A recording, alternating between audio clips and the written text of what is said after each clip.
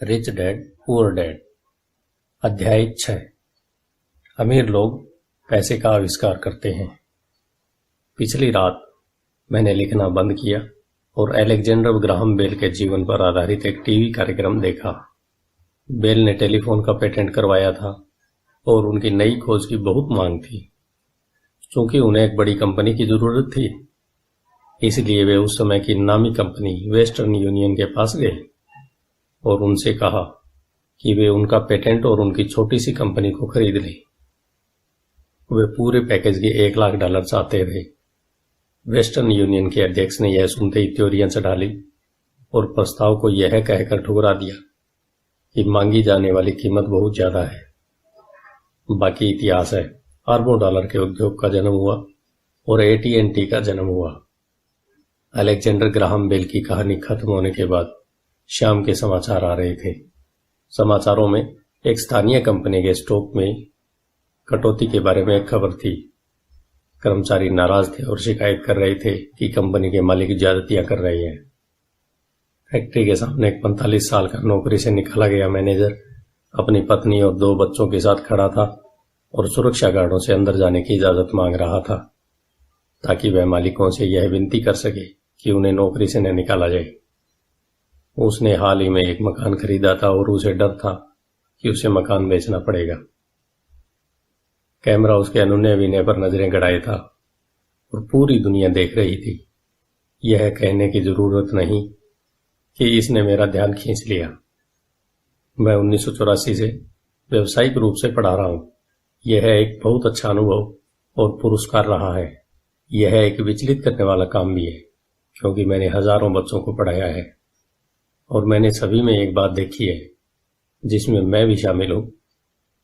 हम में बहुत ज्यादा संभावनाएं होती है और हमें प्रकृति ने बहुत से उपहार दिए होते हैं, परंतु जो चीज हम सभी को पीछे धकेलती है वह है खुद के बारे में शंका।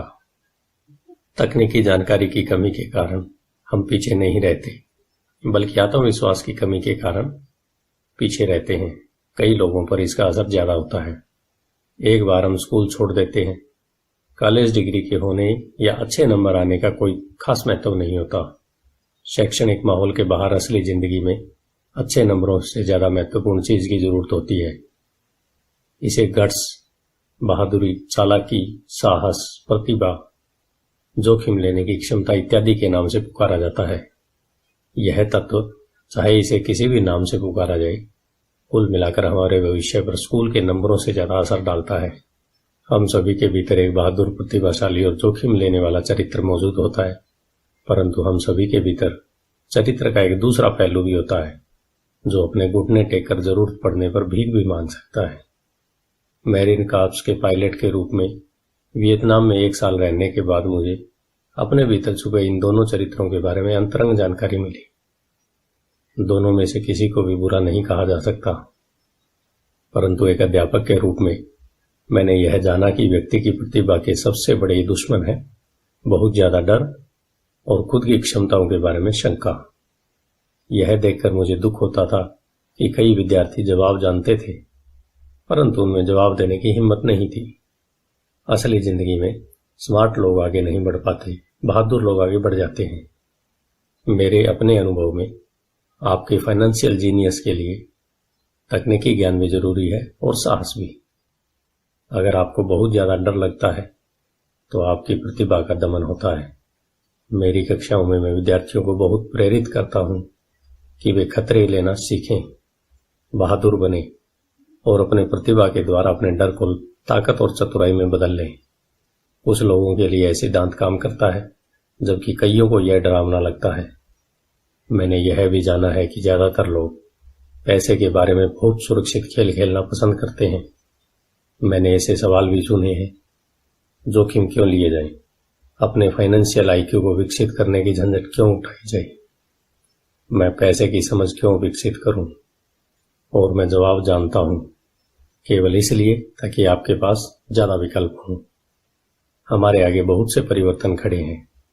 जिस तरह मैंने इस अध्याय के शुरू में युवा अलेक्जेंडर ग्राहम बेल की कहानी बताई थी, आगे आने वाले सालों में उनकी तरह के कई और लोग होंगे बिल गेट्स की तरह के सैकड़ों लोग होंगे और दुनिया भर में हर साल माइक्रोसॉफ्ट जैसे बहुत सी अत्यधिक सफल कंपनियां बनेंगी और दिवालियापन, कंपनी बंद होने, स्टाफ निकालने की बहुत सी घटनाएं होंगी। तो आपको फाइनेंशियल आईक्यू विकसित करने की झंझट में क्यों पड़ना चाहिए? इसका जवाब कोई और नहीं दे सकता, आप खुद दे सकते हैं। परंतु मैं आपको बता दूं कि मैं ऐसा क्यों करता हूं। मैं इसलिए ऐसा करता हूं क्योंकि आज का युग सबसे ज्यादा रोमांचकारी युग है। मैं चाहता हूं कि मैं परिवर्तन से डरने के बजाय उसका स्वागत करूं। मैं चाहता हूं कि मैं लाखों करोड़ों बनाने के बारे में रोमांचित रहूं, न कि सिर्फ अपनी तनख्वाह बढ़ाने के बारे में। आज का युग सर्वाधिक रोमांचकारी समय है जो दुनिया के इतिहास में अभूतपूर्व है। कई पीढ़ियों के बाद लोग इस युग याद करते हुए यह कहेंगे कि यह कितना ज्यादा रोमांचकारी रहा होगा। इसे पुराने की मौत, नए का जन्म का युग कहा जाएगा। इस युग में बहुत उथल पुथल थी और रोमांच भी था। तो अपने फाइनेंशियल आईक्यू को विकसित करने की झंझट क्यों उठाई जाए? क्योंकि अगर आप ऐसा करते हैं तो आप ज्यादा अमीर हो जाएंगे, और अगर आप ऐसा नहीं करते हैं तो आगे आने वाला समय आपके लिए डरावना होगा। उस समय में आप बहादुरी से आगे बढ़ने वाले लोगों को सफल होते देखेंगे और पुराने सिद्धांतों से जकड़े रहने वाले लोगों को असफल होते देखेंगे। 300 साल पहले जमीन ही संपत्ति थी, इसलिए जिस आदमी के पास जमीन थी उसके पास संपत्ति थी। फिर फैक्ट्रियां आई, उत्पादन शुरू हुआ और अमेरिका में अपना दबदबा बना लिया। उद्योगपति के पास संपत्ति आ गई। आज सूचना का युग है, इसलिए जिस आदमी के पास जितनी ज्यादा और जल्दी सूचना आ जाती है वह अमीर हो जाता है। समस्या यह है कि सूचना दुनिया भर में प्रकाश की गति से उड़ रही है। इस नई संपत्ति को सीमाओं और दायरों में नहीं बांधा जा सकता, जिस तरह जमीन और फैक्ट्रियों को बांधा जा सकता था। परिवर्तन ज्यादा तेज और ज्यादा नाटकीय होंगे। नए करोड़पतियों की संख्या में नाटकीय बढ़ोतरी होगी। ऐसे भी लोग होंगे जो पीछे छूट जाएंगे। आज मैं इतने सारे लोगों को संघर्ष करते देखता हूं और प्राय ज्यादा कड़ी मेहनत करते देखता हूं। तो ऐसा सिर्फ इसलिए होता है क्योंकि वे पुराने विचारों को कसकर पकड़े रहते हैं। वे चाहते हैं कि चीजें उनके हिसाब से हों। वे परिवर्तन का विरोध करते हैं। मैं ऐसे लोगों को जानता हूं जिनकी नौकरी छूट गई है, घर बिक गया है, और वे इसके लिए टेक्नोलॉजी या अर्थव्यवस्था या अपने बॉस को दोष देते हैं। दुर्भाग्य से उन्हें यह महसूस ही नहीं होता कि वे भी समस्या का कारण हो सकते हैं। पुराने विचार उनके सबसे बड़े विरोधी बन जाते हैं, और ऐसा इसलिए होता है क्योंकि वे यह नहीं जान पाते कि जो विचार पुराने जमाने में संपत्ति था वह आज इसलिए नहीं है क्योंकि जमाना आगे बढ़ चुका है। एक दोपहर मैं अपने द्वारा इजाद किए गए बोर्ड गेम कैश फ्लो से शिक्षा दे रहा था। मेरा एक दोस्त किसी को अपने साथ लेकर आया ताकि वह भी सीख सके। दोस्त का हाल ही में तलाक हुआ था। तलाक के मुकदमे में उसके हाथ बुरी तरह जल गए थे और वह अब कुछ जवाब ढूंढ रही थी। उसके मित्र को लगा कि शायद इस खेल से उसे कुछ सीखने को मिलेगा।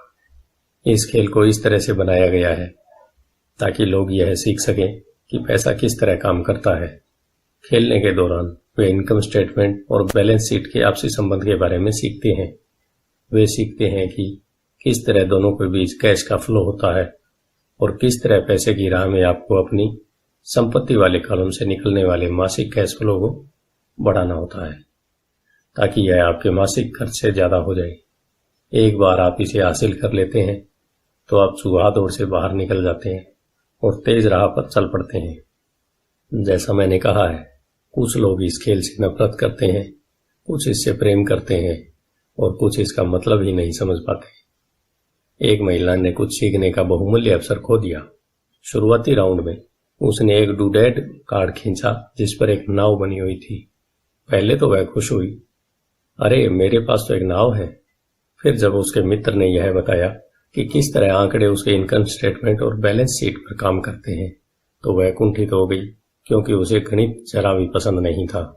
बाकी के खिलाड़ियों ने शांतिपूर्वक इंतजार किया जब उनका दोस्त इनकम स्टेटमेंट, बैलेंस शीट और मासिक कैश फ्लो के बारे में उसे समझाता है। अचानक जब उसने यह जान लिया कि आंकड़े किस तरह काम करते हैं तो उसे यह जानकर झटका लगा कि उसकी नाव उसे जिंदा खा रही है। बाद में वह डाउन साइज हो गई और उसे एक बच्चा भी हो गया। यह उनके लिए एक भयानक खेल साबित हुआ। कक्षा के बाद उसका दोस्त आया और उसने मुझे बताया कि वह बहुत विचलित है।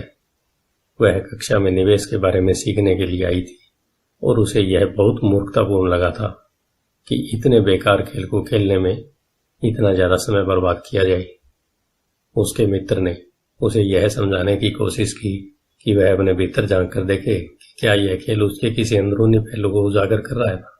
इस सुझाव पर उस महिला ने अपना पैसा वापस मांग लिया। उसने कहा कि यह विचार मूर्खतापूर्ण है कि कोई खेल किसी के अंदरूनी पहलू को उजागर करता है। उसका पैसा तत्काल वापस कर दिया जाए और वह वापस चली गई। 1984 से मैं करोड़ों कमा रहा हूं और सिर्फ इसलिए कमा रहा हूं क्योंकि स्कूल सिस्टम वह नहीं सिखाता जो मैं सिखा रहा हूं।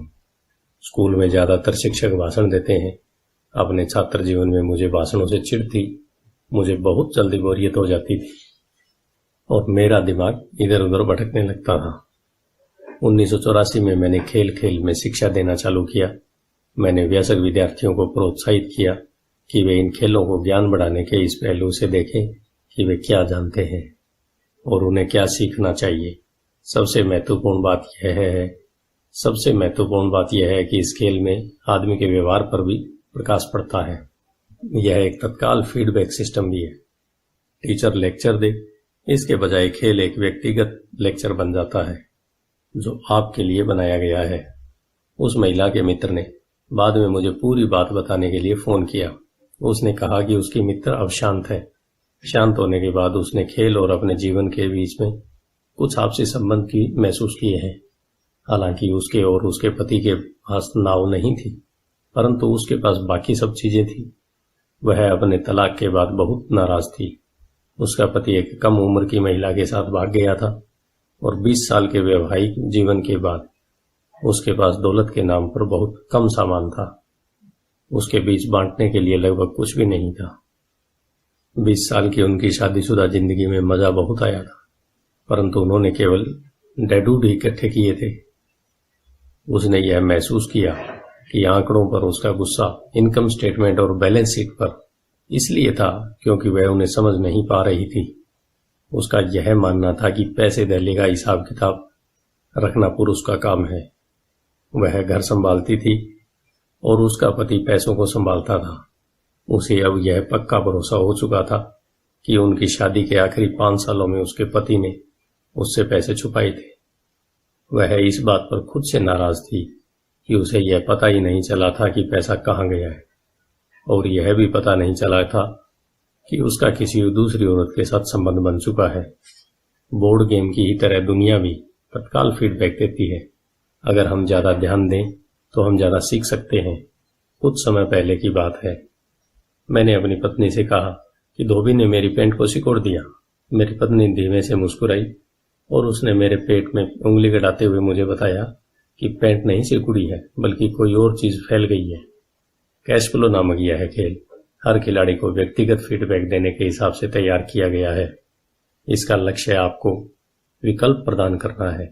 अगर आप नाव वाला कार्ड निकालते हैं और यह आपको कर्ज में डाल देता है तो सवाल यह उठता है, अब आप क्या कर सकते हैं? आपके पास कितने फाइनेंशियल विकल्प मौजूद हैं? यही खेल का लक्ष्य है। खिलाड़ियों को सोचना सिखाना ताकि वे नए और बहुत से फाइनेंशियल विकल्प बना सकें। मैंने 1000 से ज्यादा लोगों को यह खेल खेलते देखा है। वे लोग जो इस खेल की चूहा दौड़ के सबसे जल्दी निकल जाते हैं, उन्हें अंकों की समझ होती है और उनके पास रचनात्मक फाइनेंशियल दिमाग होता है। वे बहुत से फाइनेंशियल विकल्पों को देख सकते हैं। जिन लोगों को सबसे ज्यादा समय लगता है वे ऐसे लोग होते हैं जिन्हें अंकों की समझ नहीं होती और जिन्हें प्राय निवेश की ताकत का एहसास नहीं होता। अमीर लोग प्राय रचनात्मक होते हैं और सोच समझकर खतरे उठाते हैं। कैश फ्लो खेलने वाले कई ऐसे भी लोग होते हैं जो इस खेल में बहुत सा पैसा तो कमा लेते हैं, परंतु उन्हें यह नहीं पता होता कि वे इस पैसे का क्या करें। उनसे ज्यादातर असली जिंदगी में भी आर्थिक रूप से सफल नहीं होते। हर कोई उनसे आगे निकल जाता है इस तथ्य के बावजूद कि उनके पास पैसा होता है, और यही असली जिंदगी में भी होता है। ऐसे बहुत से लोग हैं जिनके पास बहुत सा पैसा होता है और फिर भी वे आर्थिक रूप से आगे नहीं बढ़ पाते। अपने विकल्पों को सीमित कर लेना पुराने विचारों से चिपके रहने की ही तरह है। हाई स्कूल के समय का मेरा एक दोस्त अभी 3 नौकरियां कर रहा है। 20 साल पहले वह मेरे सभी सहपाठियों में सबसे अमीर हुआ करता था। जब स्थानीय शुगर प्लांटेशन बंद हुआ तो वह जिस कंपनी के लिए काम करता था वह भी बंद हो गई। उसके दिमाग में केवल एक विकल्प था और वह पुराना विकल्प था, कड़ी मेहनत करो। समस्या यह थी कि उसे कोई बराबरी की नौकरी नहीं मिल पाई जो पुरानी कंपनी में उसकी वरिष्ठता को माने। इसका परिणाम यह हुआ कि वह अभी जो काम कर रहा है वे उसकी योग्यता के बहुत नीचे के काम हैं और इसलिए उसकी तनख्वाह कम है। उसे जिंदा रहने के लिए जितना पैसा चाहिए उतना कमाने के लिए उसे 3 नौकरियां करनी पड़ रही है।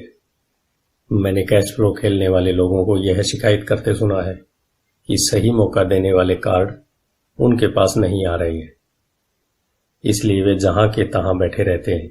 मैं ऐसे लोगों को जानता हूं जो असली जिंदगी में भी ऐसा ही करते हैं। वे बैठकर सही मौके के आने का इंतजार करते हैं।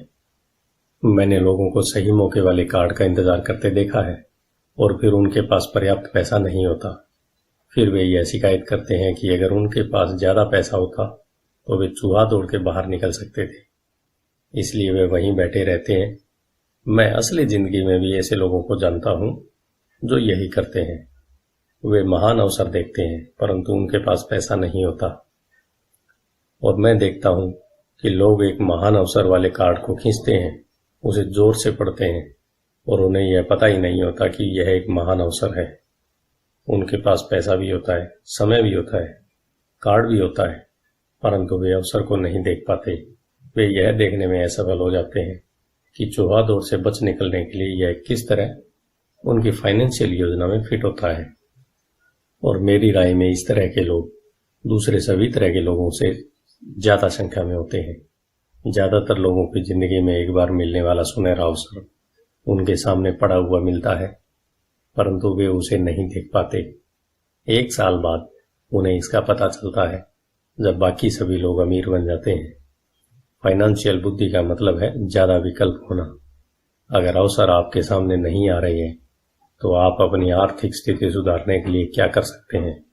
अगर कोई अवसर आपकी गोद में आ रहा है और आपके पास पैसा नहीं है और बैंक वाले आपको उधार नहीं दे रहे हैं तो आप उस अवसर से कैसे लाभ उठा सकते हैं। अगर आपका अनुमान गलत है और अगर आप इसकी उम्मीद करते हैं कि वह नहीं होता है तो आप किस तरह एक नींबू को लाखों में बदल सकते हैं। यह फाइनेंशियल बुद्धि है। क्या होता है, इससे हमारा ज्यादा सरोकार नहीं है, बल्कि आप एक नींबू को लाखों में बदलने के लिए कितने अलग अलग तरह के आर्थिक समाधान खोज सकते हैं। इसका मतलब है कि आप अपने पैसे की समस्या को सुलझाने में कितने रचनात्मक हैं। ज्यादातर लोग केवल एक समाधान जानते हैं, कड़ी मेहनत करो, बचत करो और उधार लो। तो आपको अपनी फाइनेंशियल बुद्धि क्यों पढ़ानी चाहिए? क्योंकि आप उस तरह के इंसान होना चाहते हैं जो अपनी किस्मत खुद बनाता हो। आप जो होता है उसे होने देते हैं और उसे बेहतर में बदलने की क्षमता रखते हैं। बहुत कम लोग यह समझ पाते हैं कि किस्मत भी हम ही बनाते हैं, जिस तरह की पैसा बनाया जाता है। अगर आप ज्यादा किस्मत वाले होना चाहते हैं और ज्यादा पैसा बनाना चाहते हैं तो कड़ी मेहनत करने के अलावा आपकी फाइनेंशियल बुद्धि महत्वपूर्ण है।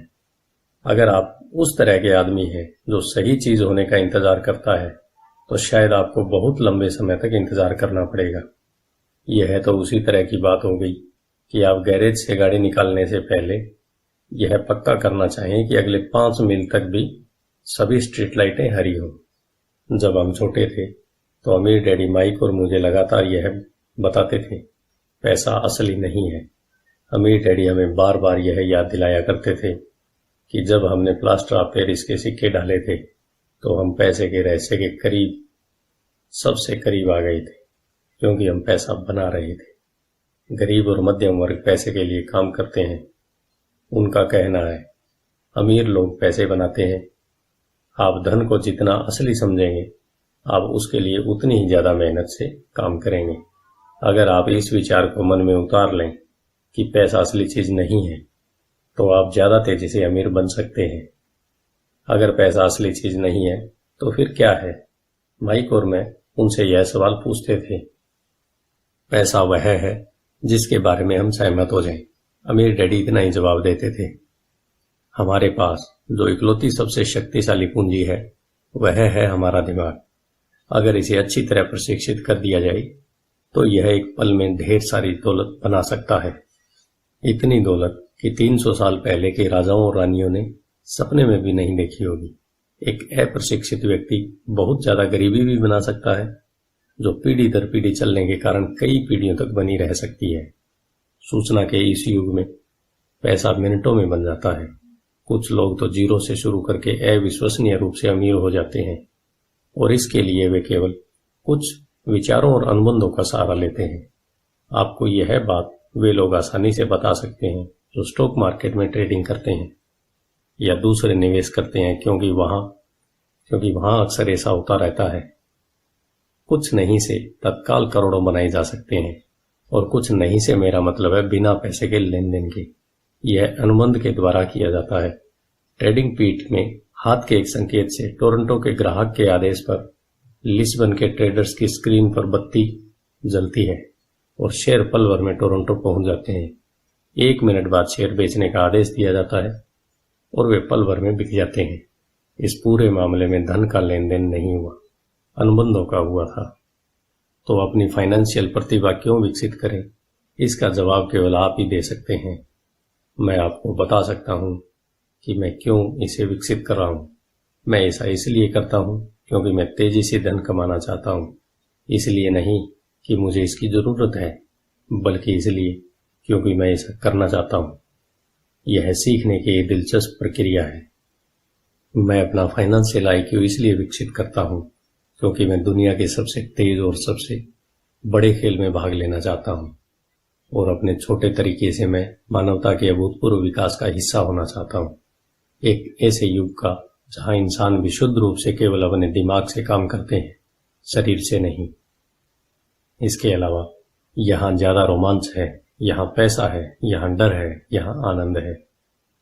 इसलिए मैं अपनी फाइनेंशियल बुद्धि में निवेश करता हूं और अपनी सबसे शक्तिशाली संपत्ति को विकसित करता हूं। मैं बहादुरी से आगे बढ़ने वाले लोगों के साथ होना चाहता हूं। मैं पीछे रह जाने वाले लोगों के साथ नहीं होना चाहता। मैं पैसे बनाने वाला एक आसान उदाहरण देना चाहता हूं। 1990 के दशक की शुरुआत में फिनिक्स की अर्थव्यवस्था बहुत बुरी थी। मैं good morning America TV serial देख रहा था जब एक फाइनेंशियल प्लानर आया और उसने निराशावादी भविष्यवाणी करना शुरू कर दिया। उसकी सलाह थी, पैसे बचाओ, हर महीने $100 बचाओ और 40 सालों में आप भी करोड़पति बन सकते हैं। खैर, हर महीने निश्चित रकम बचाना भी एक अच्छा विचार है। यह एक विकल्प है, एक ऐसा विकल्प जिसे बहुत से लोग मान लेंगे। समस्या यह है कि ऐसा करने से आदमी यह नहीं जान पाता कि उसके आसपास क्या हो रहा है। वे अपने पैसे में ज्यादा महत्वपूर्ण बढ़ोतरी के बड़े मौकों का फायदा नहीं उठा पाते। दुनिया उनके पास से गुजर कर आगे बढ़ जाती है। जैसा मैंने कहा, अर्थव्यवस्था उस समय बहुत बुरे हाल में थी। निवेशकों के लिए यह एक आदर्श बाजार स्थिति थी। मेरा काफी पैसा उस समय स्टॉक मार्केट और अपार्टमेंट हाउसेज में फंसा हुआ था। मेरे पास नगद पैसा नहीं था। चूंकि हर कोई बेच रहा था, इसलिए मैं खरीद रहा था। मैं पैसे बचा नहीं रहा था, मैं निवेश कर रहा था। मेरी पत्नी और मेरे पास $10 लाख से ज्यादा नगद थे, जो तेजी से बढ़ते हुए बाजार में काम कर रहे थे। निवेश करने के लिए यह सबसे बढ़िया मौका था। अर्थव्यवस्था भयानक थी। मैं बहुत छोटे छोटे निवेशों को तो वर्णन नहीं कर सकता, परंतु कई बड़ी बातें जरूर बताना चाहूंगा। वे घर जिनकी कीमत कभी $1 लाख होती थी, अब $7500 के रह गए थे। परंतु स्थानीय रियल एस्टेट ऑफिस में खरीदारी करने के बजाय मैंने दिवालिया, वकील के ऑफिस या अदालत की सीढ़ियों पर खरीदारी करना शुरू कर दिया। इन जगहों पर $75,000 का घर $20,000 या इससे भी कम में खरीदा जा सकता था। मैंने अपने मित्र से $2,000 का लोन लिया। 90 दिनों में एक लोन पर ब्याज $200 था। मैंने वकील को कैशियर का चेक दे दिया।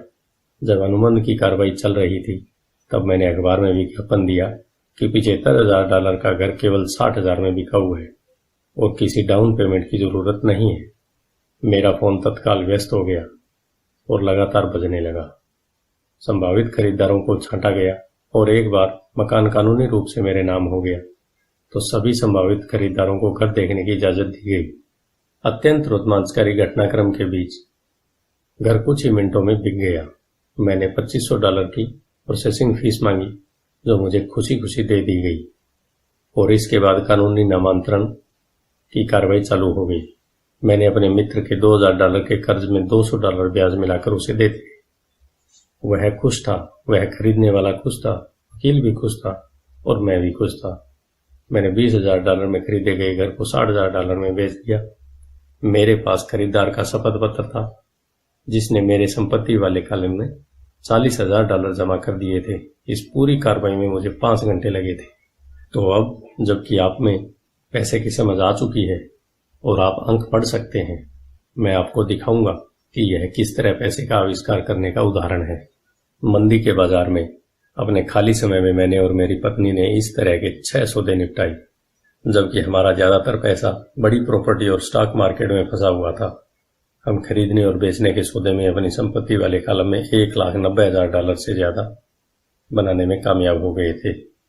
इस तरह हर साल की अनुमानित आय $1,90,000 हो गई। इस तरह हर साल की अनुमानित आय $19,000 हो गई थी और इसका ज्यादातर भाग हमारे प्राइवेट कॉरपोरेशन द्वारा सुरक्षित था।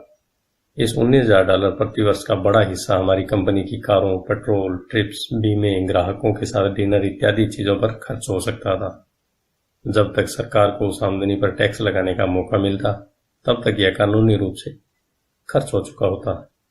अपनी फाइनेंशियल बुद्धि के इस्तेमाल से पैसा किस तरह खोजा जा सकता है, बनाया जा सकता है और सुरक्षित किया जा सकता है, यह इसका एक आसान उदाहरण है। खुद से पूछें, $1,90,000 बचाने के लिए आपको कितना समय लगेगा? क्या बैंक आपके पैसे पर 10% ब्याज देगा? और शपथ पत्र 30 सालों तक वैध था।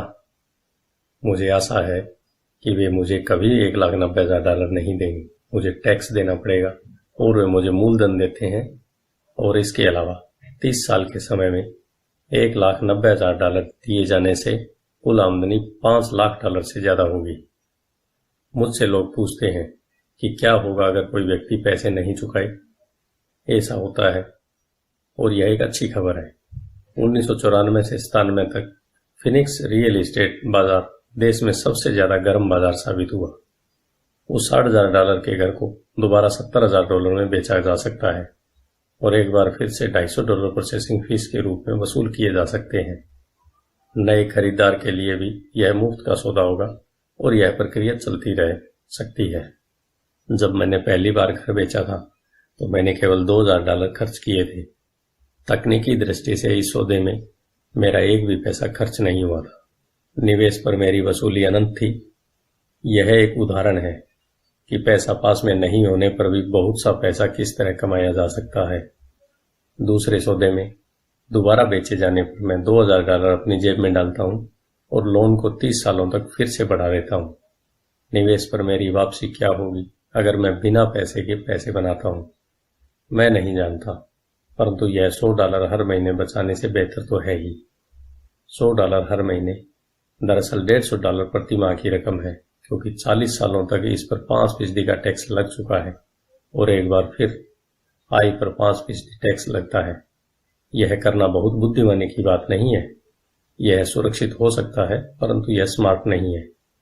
आज 1997 में जब मैं यह पुस्तक लिख रहा हूं तो बाजार की स्थितियां 5 साल पहले की स्थिति से भी पूरी तरह अलग है। फिनिक्स का रियल एस्टेट बाजार पूरे अमेरिका की ईर्ष्या का केंद्र बना हुआ है। जो घर उस समय हमने $60,000 में बेचे थे, आज उनकी कीमत $1,10,000 हो चुकी है। अब भी ऐसे मौके हैं, परंतु अब उनकी खोज करने में मुझे बहुत समय और पैसा खर्च करना पड़ेगा।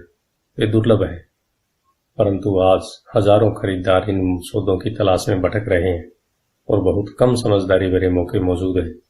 बाजार बदल चुका है, यह आगे बढ़ने का समय है और संपत्ति वाले कॉलम में दूसरे मौके ढूंढने का समय है। आप यहाँ ऐसा नहीं कर सकते, यह कानून के खिलाफ है। आप झूठ बोल रहे हैं।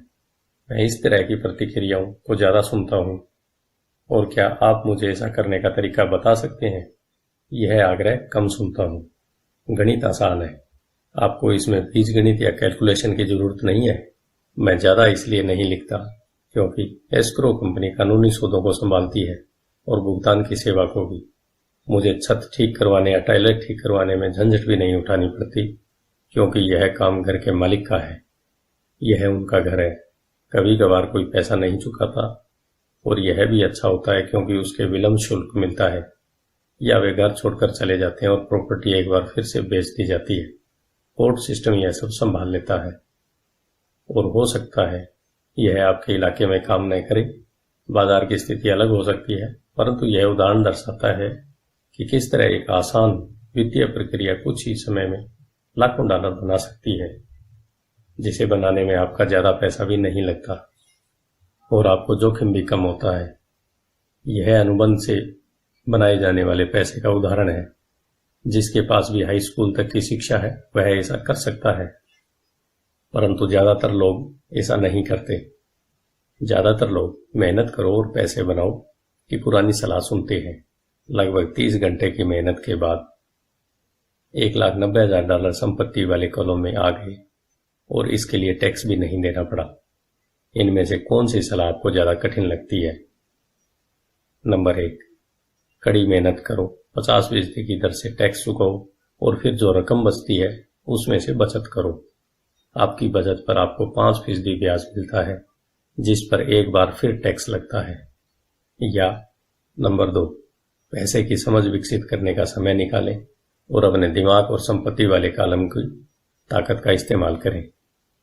इसमें वह समय भी जोड़ लें जो आपको विकल्प नंबर 1 के प्रयोग द्वारा $1,90,000 बचाने में लगता है, क्योंकि समय आपकी सबसे बड़ी संपत्ति है। अब आप समझ सकते हैं कि मैं क्यों चुपचाप अपना सिर हिलाता हूं जब मैं लोगों को यह कहते सुनता हूं, मेरा बच्चा स्कूल में अच्छी पढ़ाई कर रहा है और उसे अच्छी शिक्षा मिल रही है।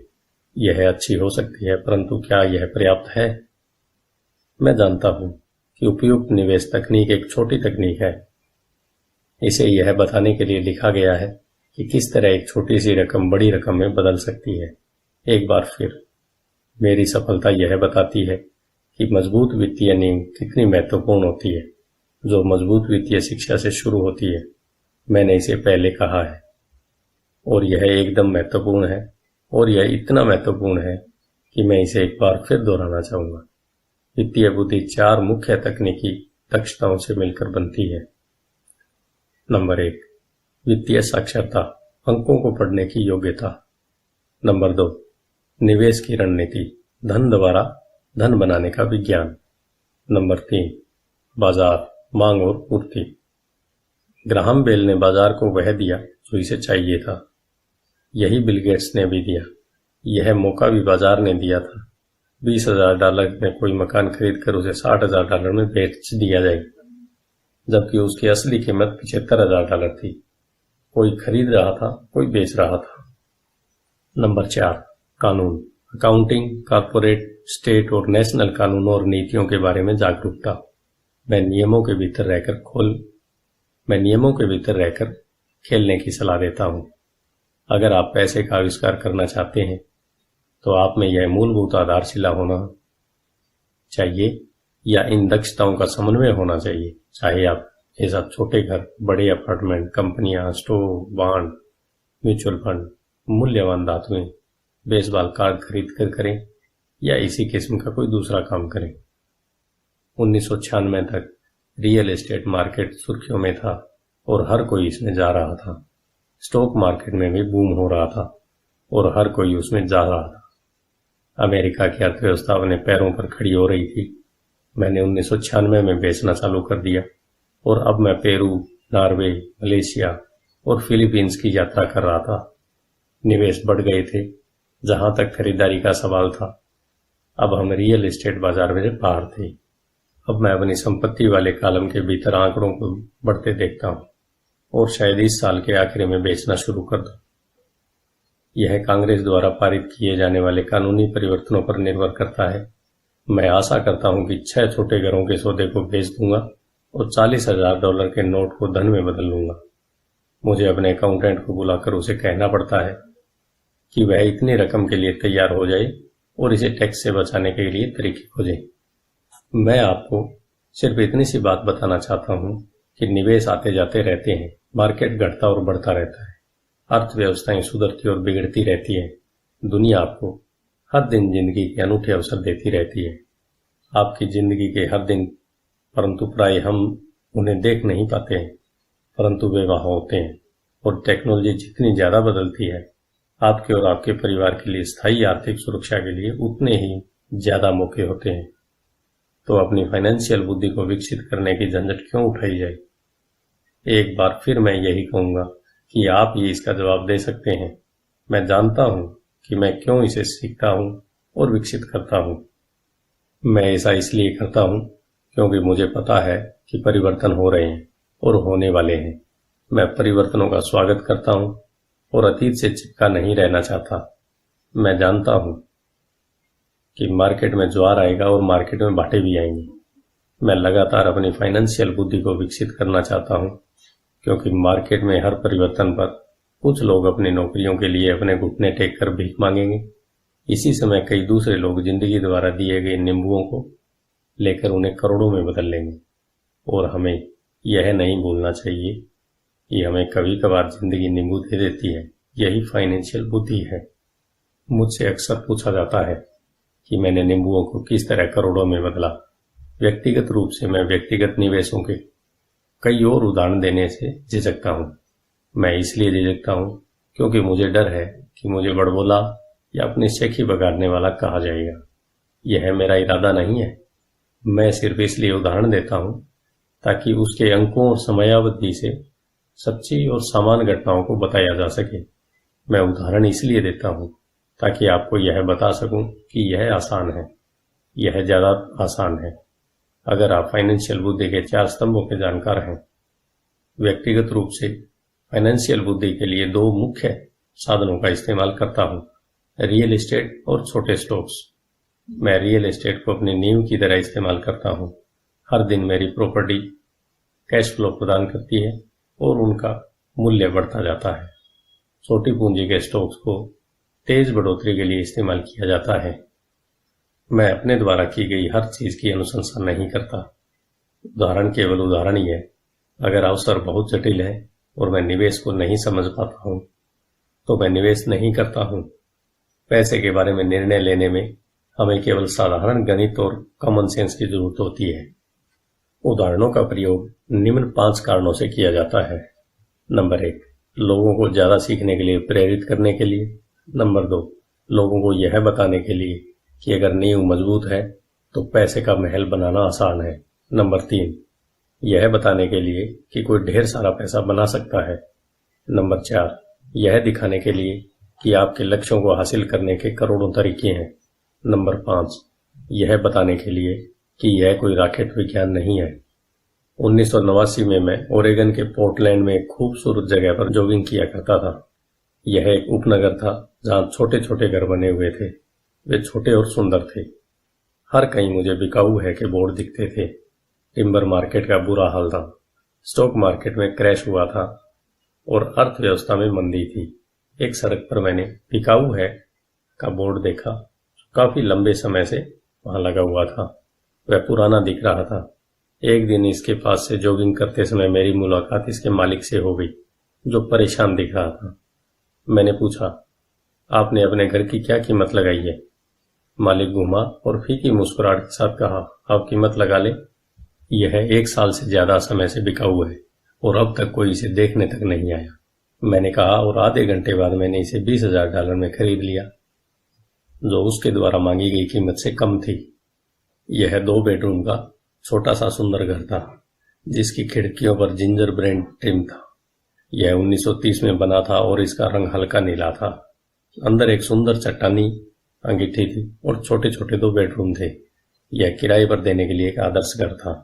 मैंने मालिक को $45,000 के घर के लिए $5,000 नकद दिए, जिसकी असली कीमत $65,000 होगी। परंतु दिक्कत सिर्फ इतनी थी कि इसे कोई खरीदना नहीं चाहता था। मालिक ने 1 हफ्ते में इसे खाली कर दिया और वह इससे पीछा छुड़ाकर खुश हुआ। मेरा पहला किराएदार वहां आ गया, जो एक स्थानीय कॉलेज में प्रोफेसर था। मॉर्गेज, खर्च और मैनेजमेंट फीस चुकाने के बाद हर महीने के आखिर में मेरी जेब में $40 आते थे, जो बहुत बड़ी रकम नहीं थी। एक साल बाद ओरेगन का रियल एस्टेट बाजार मंदी से उबर गया और बढ़ने लगा। कैलिफोर्निया के निवेशकों के पास अपने रियल एस्टेट मार्केट की तेजी का बहुत सा पैसा था और अब वे उत्तर दिशा में आकर ओरेगन और वाशिंगटन में खरीदारी कर रहे थे। मैंने उस छोटे घर को कैलिफोर्निया से आए एक युवा दंपति को $95,000 में बेच दिया, जिन्हें यह बहुत सस्ता सौदा लग रहा था।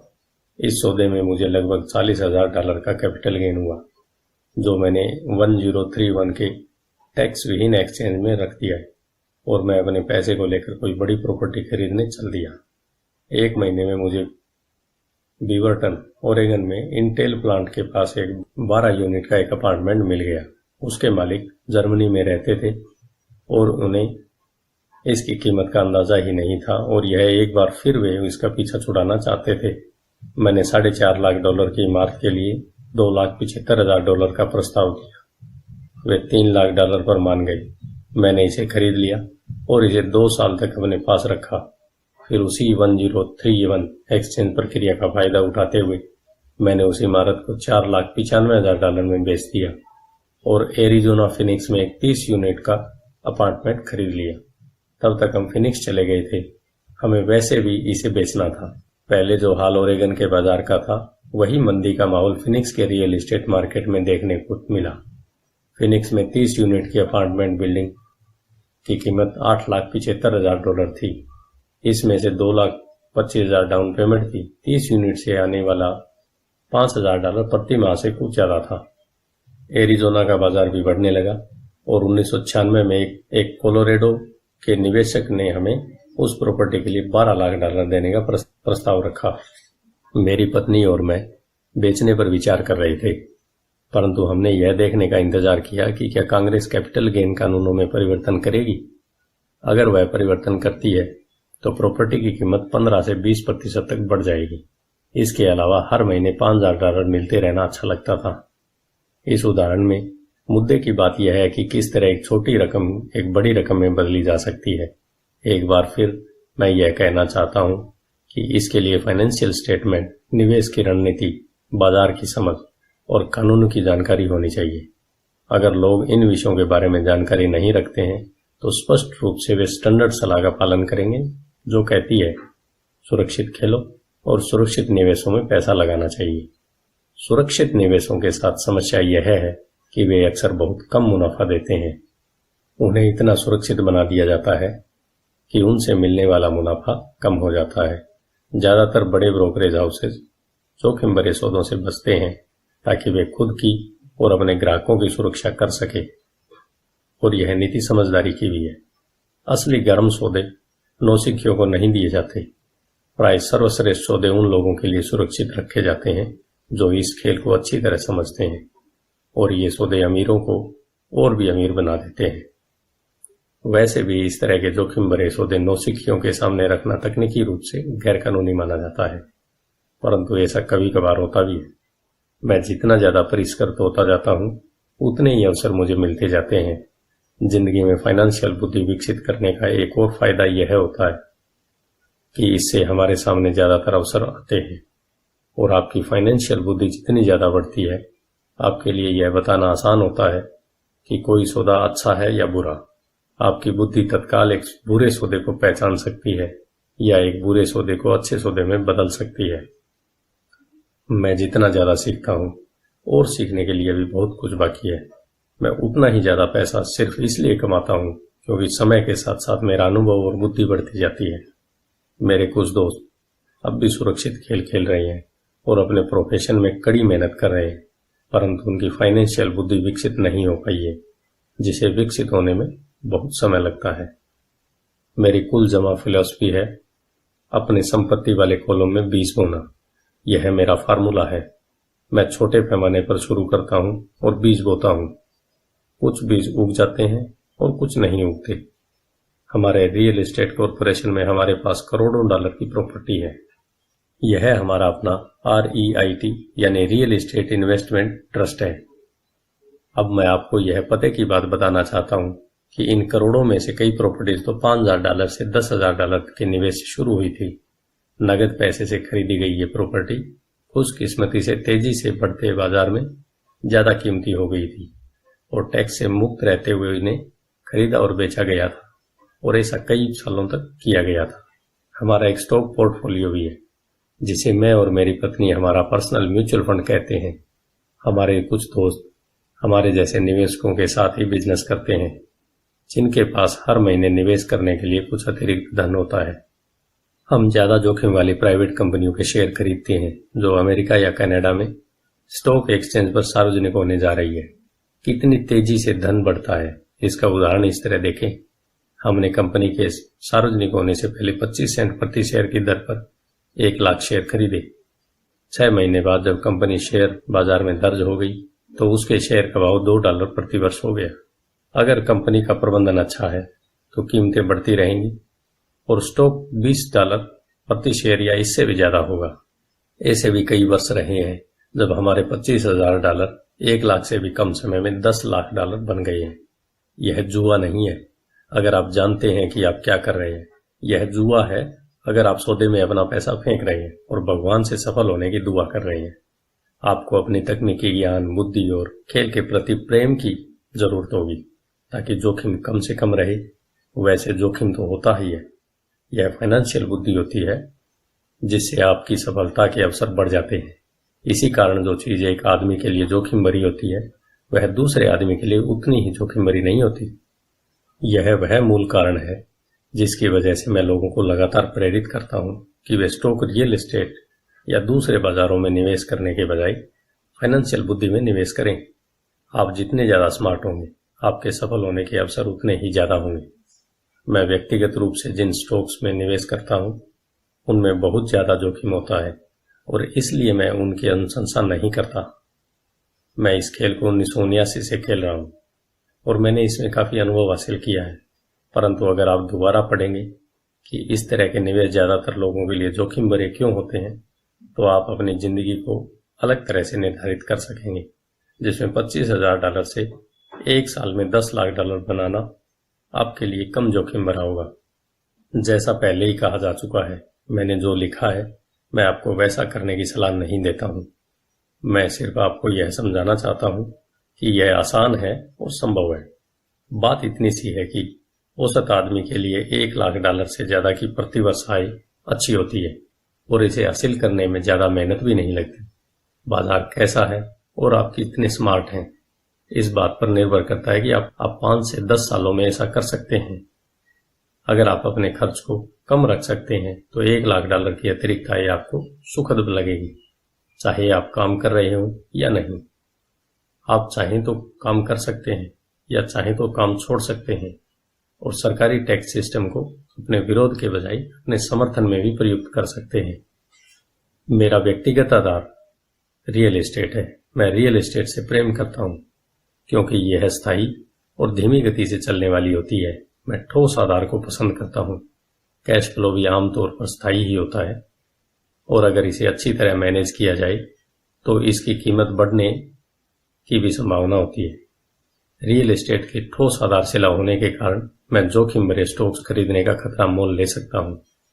अगर मुझे स्टॉक मार्केट में खासा मुनाफा होता है तो मैं मुनाफे पर कैपिटल गेन्स टैक्स देता हूं और बची हुई रकम को रियल एस्टेट में लगा देता हूं ताकि मेरी संपत्ति की नींव और ज्यादा मजबूत हो जाए।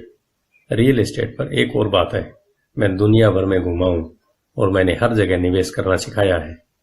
हर शहर में मुझे यह सुनने में आया है कि रियल एस्टेट को सस्ते में नहीं खरीदा जा सकता। यह मेरा अनुभव नहीं है। न्यूयॉर्क या टोक्यो में या शहर से थोड़ी सी दूर ऐसे शानदार मौके हैं जिन्हें ज्यादातर लोग नजरअंदाज कर देते हैं। सिंगापुर में, जहां अभी रियल एस्टेट की कीमतें बहुत ज्यादा चल रही हैं, ऐसी बहुत सी प्रॉपर्टीज हैं जो चंद मिनटों की ड्राइविंग की दूरी पर है। इसलिए जब भी मैं किसी को यह कहते सुनता हूं आप यहां ऐसा नहीं कर सकते, तो मैं उन्हें यह याद दिलाता हूं कि शायद आपको यह कहना चाहिए, मैं नहीं जानता कि यहां ऐसा कैसे किया जा सकता है। महान अवसरों को आपकी आंखें नहीं देख सकती, उन्हें आपके दिमाग से देखा जा सकता है। ज्यादातर लोग सिर्फ इसलिए अमीर नहीं बन पाते क्योंकि उन्हें यह जानने के लिए फाइनेंशियल प्रशिक्षण ही नहीं मिला होता है कि वे अपने सामने पड़े हुए अवसरों को देख सकें और उन्हें पहचान सकें। मुझसे अक्सर पूछा जाता है, मैं शुरुआत कैसे करूं? पिछले अध्याय में मैंने आर्थिक स्वतंत्रता की राह पर चलने वाले 10 कदमों का उल्लेख किया है, परंतु यह हमेशा याद रखें कि आपको मजा आना चाहिए। यह केवल एक खेल है। कई बार आप जीत जाते हैं और कई बार आपको अनुभव मिलता है, परंतु हमेशा आनंद लें। ज्यादातर लोग कभी नहीं जीत पाते क्योंकि उन्हें हार का डर लगा रहता है। इसलिए मुझे स्कूल मूर्खतापूर्ण लगता है। स्कूल में हम सीखते हैं कि गलतियां बुरी बात होती है और गलतियां करने के लिए हमें सजा दी जाती है, परंतु अगर हम इंसानों को सीखने की प्रक्रिया पर नजर डालें तो हम पाएंगे कि इंसान गलतियां करके ही सीखते हैं। हम गिर गिर कर ही चलना सीख पाते हैं। अगर हम कभी नहीं गिरे तो हम कभी चल भी नहीं पाएंगे। यही मोटरसाइकिल चलाने के बारे में भी सही है। मेरे घुटने पर अब भी चोट के निशान हैं, परंतु आज मैं बिना सोचे मोटरसाइकिल चला सकता हूँ। यही अमीर बनने के बारे में भी सही है। दुर्भाग्य से ज्यादातर लोगों के अमीर न बन पाने का मुख्य कारण यह है कि वे हारने से डरते हैं। जीतने वाले हारने से नहीं डरते, परंतु हारने वाले डरते हैं। सफलता की प्रक्रिया का एक भाग असफलता भी है। जो लोग असफलता से डरते हैं, सफलता उनसे बचती है। मैं पैसे कमाने को टेनिस के खेल की तरह मानता हूँ। मैं मेहनत से खेलता हूँ, गलतियां करता हूँ, गलतियां सुधारता हूँ और ज्यादा गलतियां करता हूँ, सुधारता हूँ, और इस तरह से मेरा खेल सुधरता जाता है। अगर मैं खेल में हार जाता हूँ तो मैं नेट के पास जाकर अपने विरोधी से हाथ मिलाता हूँ, मुस्कुराता हूँ और कहता हूँ अगले शनिवार को मिलेंगे। निवेशक दो तरह के होते हैं। पहले और सबसे आम तरह के निवेशक वे लोग होते हैं जो एक पैकेज में निवेश करते हैं। वे रिटेल आउटलेट में फोन करते हैं, जैसे एक रियल एस्टेट कंपनी या स्टॉक ब्रोकर या फाइनेंशियल प्लानर को, और फिर वे कुछ खरीदते हैं। यह एक म्यूचुअल फंड, स्टॉक या बॉन्ड हो सकता है। यह निवेश का एक अच्छा, साफ सुथरा और आसान तरीका है। यह उसी तरह की खरीदारी हो गई जैसे कोई ग्राहक कंप्यूटर स्टोर में जाकर शेल्फ पर रखे कंप्यूटर को खरीद ले। दूसरी तरह के निवेशक वे होते हैं जो निवेशों को बनाते हैं। इस तरह के निवेशक आमतौर पर सौदों को असेंबल करते हैं, जिस तरह कंप्यूटर इंजीनियर कंप्यूटर के पुर्जों को असेंबल करते हैं। मैं यह तो नहीं जानता कि कंप्यूटर के पुर्जों को किस तरह असेंबल किया जाता है, परंतु मैं यह जानता हूं कि आर्थिक अवसरों के पुर्जों को किस तरह असेंबल किया जा सकता है, या मैं ऐसे लोगों को जानता हूं जो ऐसा करते हैं। दूसरी किस्म का निवेशक ही प्रोफेशनल निवेशक होता है।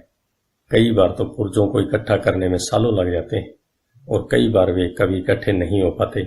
मेरे अमीर डैडी ने मुझे दूसरी किस्म का निवेशक बनने के लिए प्रोत्साहित किया। यह सीखना महत्वपूर्ण है कि पुर्जों को किस तरह असेंबल किया जाए, क्योंकि यहीं पर भारी जीत का मौका होता है, और अगर किस्मत आपके साथ न हो तो यहीं पर भारी नुकसान का खतरा होता है। अगर आप दूसरी किस्म के निवेशक बनना चाहते हैं तो आपको मुख्य रूप से 3 मुख्य दक्षताएं विकसित करने की जरूरत है। फाइनेंशियल बुद्धि के अलावा इन दक्षताओं की जरूरत होती है।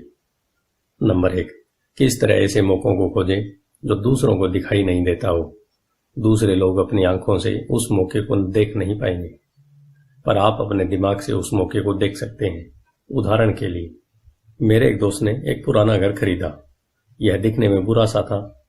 हर एक को हैरत थी कि उसने इसे क्यों खरीदा, परंतु दूसरे जो देख नहीं पाए थे और जो उसने देख लिया था वह यह था कि उस घर के साथ 4 खाली जमीन के टुकड़े भी थे। उसने यह कंपनी जाकर पता कर लिया था। घर खरीदने के बाद उसने उसे तोड़ दिया और उन 500 प्लाटों को बिल्डर को बेच दिया। इस सारे सौदे में उसे अपने मूल निवेश से 3 गुना रकम मिली। उसने 2 महीने के काम में $75,000 कमा लिए। यह बहुत ज्यादा रकम तो नहीं है, परंतु यह न्यूनतम वेतन से तो ज्यादा ही है, और यह तकनीकी रूप से कठिन भी नहीं है। नंबर 2, पैसा किस तरह जुटाया जाए। औसत आदमी बैंक जाता है, परंतु इस दूसरे किस्म के निवेशक को यह पता होना चाहिए कि पूंजी किस तरह जुटाई जाए और बिना बैंक जाए कितने तरीकों से पैसा जुटाया जा सकता है। मैंने यह सीखा कि बिना बैंक की मदद लिए घर कैसे खरीदा जा सकते हैं। घर खरीदना महत्वपूर्ण नहीं है, परंतु पैसा इकट्ठा करना मूल्यवान कला है।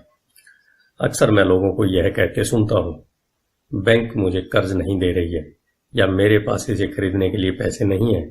अगर आप दूसरी किस्म के निवेशक बनना चाहते हैं तो आपको यह सीखने की जरूरत है, क्योंकि इसी कारण ज्यादातर लोगों की योजनाएं ठप हो जाती है। दूसरे शब्दों में, ज्यादातर लोग सिर्फ इसलिए सौदे नहीं कर पाते क्योंकि उनके पास पैसा नहीं होता। अगर आप इस बाधा को पार कर सकते हैं तो आप ऐसे लोगों से मीलों आगे होंगे जिन्होंने इन दक्षताओं को नहीं सीखा। ऐसे कई मौके आए हैं जब मैंने घर या स्टॉक या अपार्टमेंट बिल्डिंग को खरीदा है, जबकि मेरे पास बैंक में एक भी पाई नहीं थी। मैंने एक अपार्टमेंट हाउस को 12 लाख में खरीदा। मैंने इसके लिए एक अनुबंध किया जो खरीदार और बेचने वाले के बीच में लिखित अनुबंध था। फिर मैंने $1 लाख का डिपॉजिट इकट्ठा किया, जिससे मुझे बाकी पैसे के जुटाने के लिए 90 दिन की मोहलत मिल गई। मैंने ऐसा क्यों किया? क्योंकि मैं जानता था कि इसकी असली कीमत $20 लाख थी। मैंने इस पैसे को कभी नहीं जुटाया।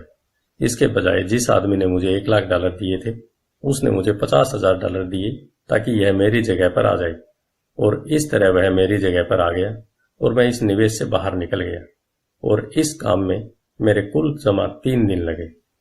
एक बार फिर मैं यह कहना चाहता हूं कि आप क्या खरीदते हैं यह महत्वपूर्ण नहीं है। महत्वपूर्ण यह है कि आप कितना जानते हैं। निवेश करना खरीदना नहीं है, यह एक ज्ञान है। नंबर 3, किस तरह स्मार्ट लोगों को संगठित किया जाए। ऐसे लोग समझदार होते हैं जो या तो अपने से ज्यादा समझदार लोगों के साथ काम करते हैं या उन्हें काम पर रखते हैं। जब भी आपको सलाह की जरूरत हो तो यह सुनिश्चित कर लें कि आपका सलाहकार समझदार हो। सीखने के लिए बहुत कुछ है, परंतु इसके पुरस्कार भी बहुत कीमती हो सकते हैं। अगर आप इन दक्षताओं को नहीं सीखना चाहते हैं तो आपको पहली किस्म का निवेशक बनने की सलाह दी जाती है। आप जो जानते हैं वही आपकी सबसे बड़ी पूंजी है। आप जो नहीं जानते हैं वही आपका सबसे बड़ा जोखिम है। जोखिम तो हमेशा रहता है, इसलिए इससे बचने के बजाय इसे मैनेज करना सीखें। धन्यवाद। आइए चलते हैं अध्याय 7 की तरफ, जो है सीखने के लिए काम करें, पैसे के लिए काम न करें।